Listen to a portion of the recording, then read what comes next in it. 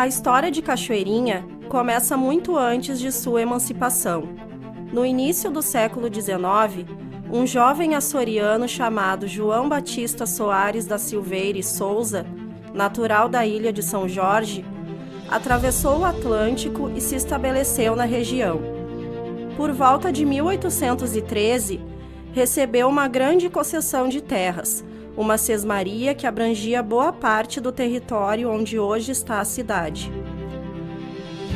Um homem de visão e talento, João Batista ficou conhecido como Comendador João Batista, título honorífico concedido em reconhecimento às suas contribuições para o desenvolvimento do Rio Grande do Sul. Ele foi responsável por importantes obras públicas, como a construção do Teatro São Pedro, o aterro da Praça do Paraíso e a célebre ponte de pedra sobre o rio Gravataí e sobre o arroio Dilúvio.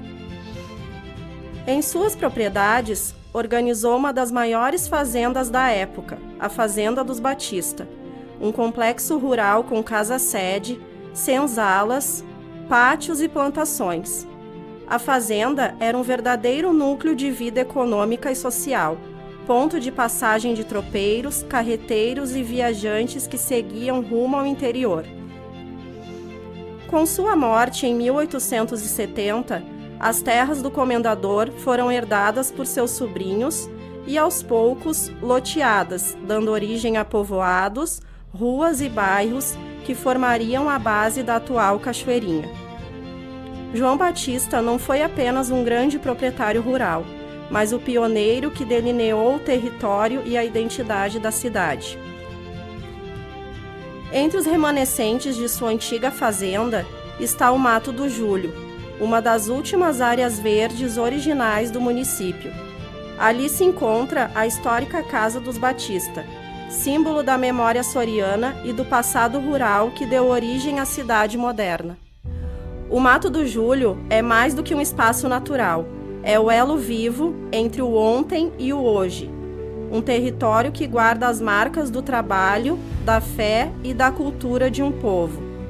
Preservá-lo é manter viva a história de Cachoeirinha e o legado do comendador João Batista, o açoriano que plantou as raízes do que viria a ser a cidade.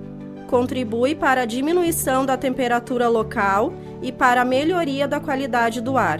Abriga fauna e flora nativas, sendo um refúgio para espécies que incluem o gato do mato pequeno, um felino raro e ameaçado. O rio que deu origem à Cachoeirinha. Desde os tempos mais antigos, o rio Gravataí foi muito mais do que um curso d'água. Ele foi caminho, sustento e elo entre o interior e a capital. Por suas margens e curvas, seguiam canoas e lanchões empurrados por varas, levando a produção das freguesias de Gravataí até Porto Alegre. Ali, em um ponto de travessia natural, nasceu o Passo da Cachoeirinha. Era o lugar onde o rio se estreitava e as águas formavam pequenas quedas, a Cachoeirinha. Por ali passavam tropeiros, mascates e carretas, cruzando o banhado em direção à capital.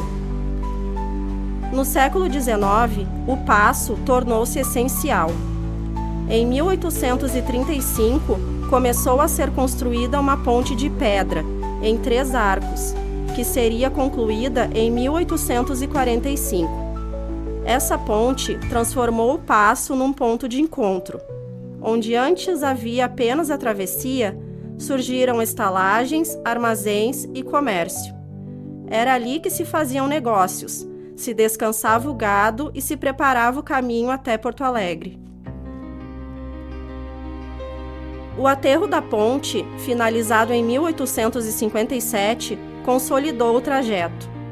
O lugar cresceu com o movimento das carretas e dos barcos, e pouco a pouco, Cachoeirinha nasceu ao redor dessa travessia, desse porto, desse rio. O rio Gravataí, com suas águas lentas e sinuosas, foi testemunha de tudo. Testemunha das guerras, dos tropeiros, dos colonos e dos sonhos. Um rio que uniu histórias e deu origem a uma cidade. Hoje, ao olharmos suas margens, vemos mais que um rio, vemos o berço de Cachoeirinha, um rio que em seu movimento constante carrega a memória viva de todo o Vale do Gravataí. No início do século XX, o Rio Grande do Sul dava os primeiros passos na produção de arroz irrigado. Em 1905, o Major Alberto Bins, comerciante e industrial de Porto Alegre, instalou em Gravataí a Granja Progresso, onde hoje está o IRGA, no município de Cachoeirinha.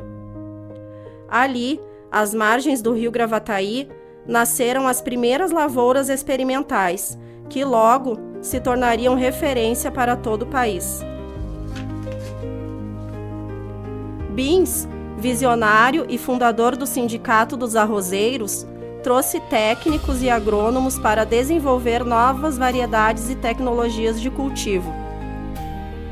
Em 1939, o governo oficializou a Estação Experimental do Arroz, transformando Cachoeirinha em um centro irradiador de conhecimento e inovação agrícola. Com o tempo, o IRGA consolidou-se como símbolo de pesquisa e progresso, responsável por criar e ampliar a produtividade e formar gerações de técnicos e produtores. Um legado que ultrapassa fronteiras e faz de Cachoeirinha um marco na história do arroz gaúcho e brasileiro.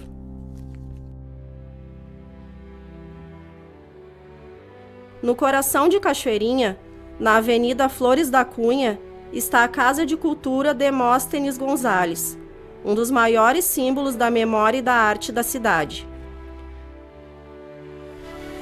O prédio onde hoje abriga o espaço cultural foi no passado o casarão da família Wilkens, onde funcionou o primeiro armazém de secos e molhados do município, um ponto de encontro e referência da antiga vila.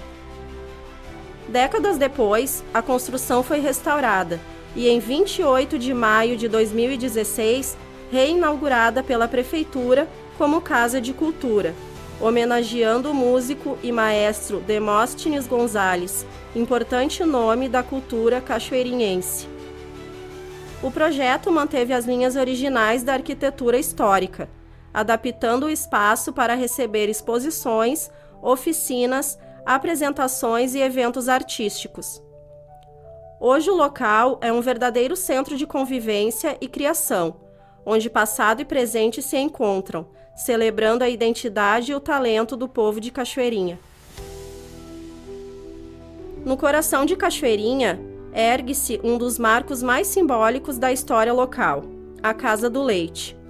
Construída em 1934, ela foi, no início, a residência da família Brambila, pioneira na produção de leite da região.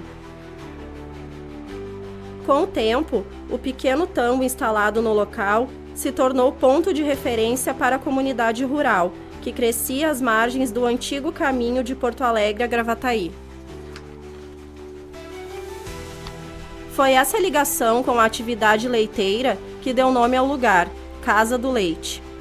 Décadas depois, em 1967, o imóvel passou para a Companhia Rio-Grandense de Laticínios e Alimentos Correlatos, a Corlac, símbolo de uma época em que Cachoeirinha ainda respirava o ritmo do campo. Com a urbanização acelerada, o prédio foi vendido e ficou abandonado por anos, até ser recuperado e devolvido ao município.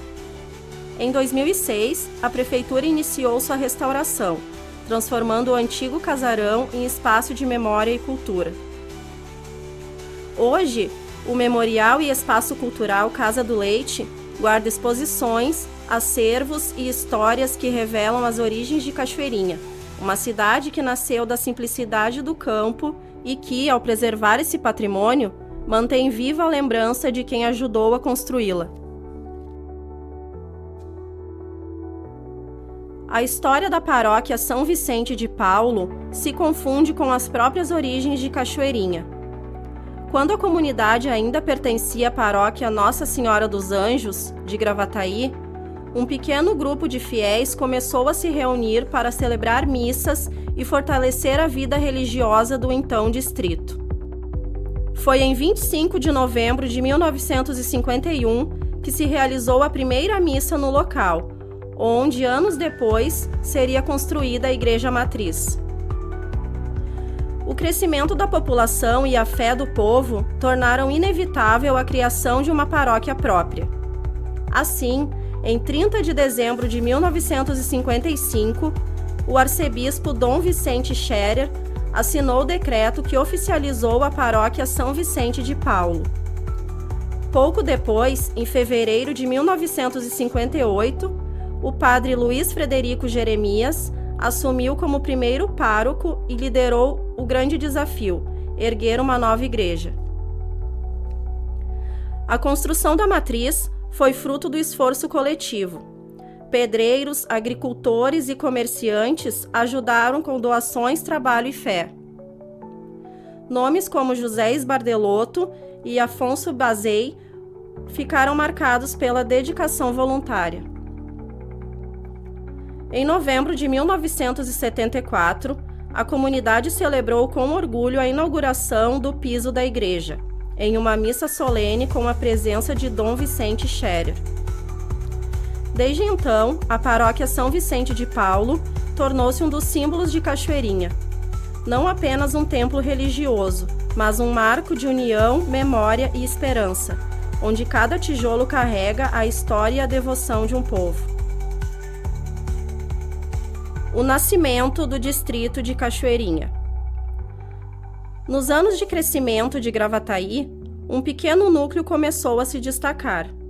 Entre colônias, vilas e caminhos de tropeiros, formava-se uma comunidade vibrante, com comércio ativo, famílias trabalhadoras e um forte sentimento de pertencimento. Era a Vila Cachoeirinha, que sonhava com autonomia e reconhecimento. Durante as décadas de 1940 e 1950, esse sonho ganhou força. Homens públicos como Mário Rosa, Carlos Wilkens e José Link lideraram debates intensos na Câmara Municipal de Gravataí, buscando transformar a vila em distrito. Foram anos de idas e vindas, de projetos vetados e promessas esquecidas, um verdadeiro conto do distrito, como diziam os jornais da época. Mas o povo de Cachoeirinha não desistiu. Com perseverança e mobilização popular, a vila foi finalmente elevada à categoria de distrito em 1957. Pouco depois, o horizonte se ampliou com a criação do Distrito Industrial, em 1970, impulsionando o crescimento e atraindo empresas para a região. Menos de uma década depois, o desejo de autogoverno se concretizou. Em 15 de maio de 1966, Cachoeirinha deixou de ser distrito e tornou-se cidade. Hoje, suas ruas modernas e sua vida intensa são o reflexo da determinação de uma comunidade que nasceu da união e da luta por reconhecimento. Cachoeirinha é, antes de tudo, uma história de coragem de um povo que acreditou em seu próprio destino e transformou o sonho de um distrito em uma cidade viva e orgulhosa de suas origens. Cachoeirinha é uma cidade jovem e vibrante da região metropolitana de Porto Alegre. Segundo o IBGE, tem cerca de 136 mil habitantes e uma das maiores densidades demográficas do estado, com mais de 3 mil pessoas por quilômetro quadrado. Sua economia é dinâmica.